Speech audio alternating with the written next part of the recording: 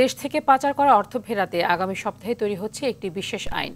প্রধান উপদেষ্টা ডক্টর মোহাম্মদ ইউনূসের নেতৃত্বে উচ্চ পর্যায়ের বৈঠকে এমন সিদ্ধান্তের কথা জানিয়েছেন প্রেস সেক্রেটারি শফিকুল আলম। সংবাদ সম্মেলনে তিনি জানান, যত দ্রুত সম্ভব টাকা ফেরত আনা হবে।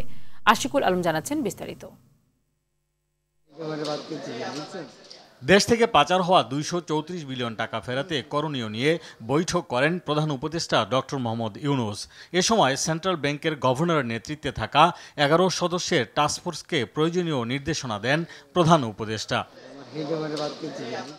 বৈঠক শেষে রাজধানীর ফরেন সার্ভিস একাডেমিতে সংবাদ সম্মেলনে প্রধান উপদেষ্টার প্রেস সচিব শফিকুল আলম জানান, সন্তানদের টিউশন ফি এর মাধ্যমেও বিদেশে অর্থ পাচার হয়েছে।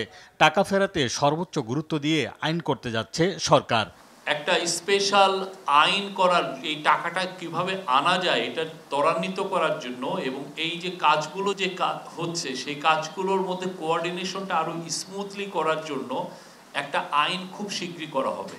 যে আইনটা যেটা করা হবে সেটা ল ফার্মের সাথে এক ধরনের তাদের সাথে এগ্রিমেন্ট করতে এটা সাহায্য করবে।